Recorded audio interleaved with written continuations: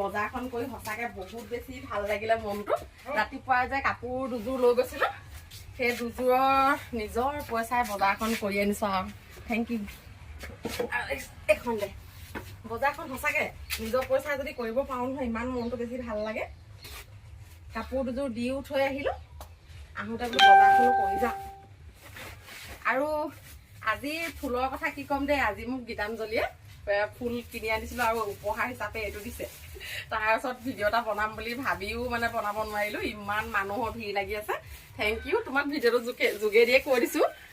এইটো তাই মোক উপহাৰ দি পঠিয়াইছে আৰু আজি বজাৰত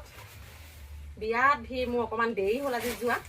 এইবোৰ ধনিয়া বিস্কুট লৈ আহিছো আজি আলহী আহিব সেইকাৰণে ব্ৰইলাৰ মাংস 1 কেজি লৈ আহিছো ঘৰত কাম চলি আছে সেইবোৰ কিবা কিবি কৰিছে হেৰি মানুহ আহিব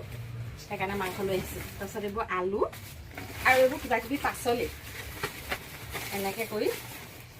এইখন হ'ল দেওবৰীয়া বজাৰ কচু পিঁয়াজ এনেকৈ ফুলকবি আৰু এয়া এইবাৰ ইমপ্ৰেশ্যন মোৰ কি হ'ল মই যোৱাবাৰ ইমান ইমপ্ৰেশ্যন ফুলালোঁ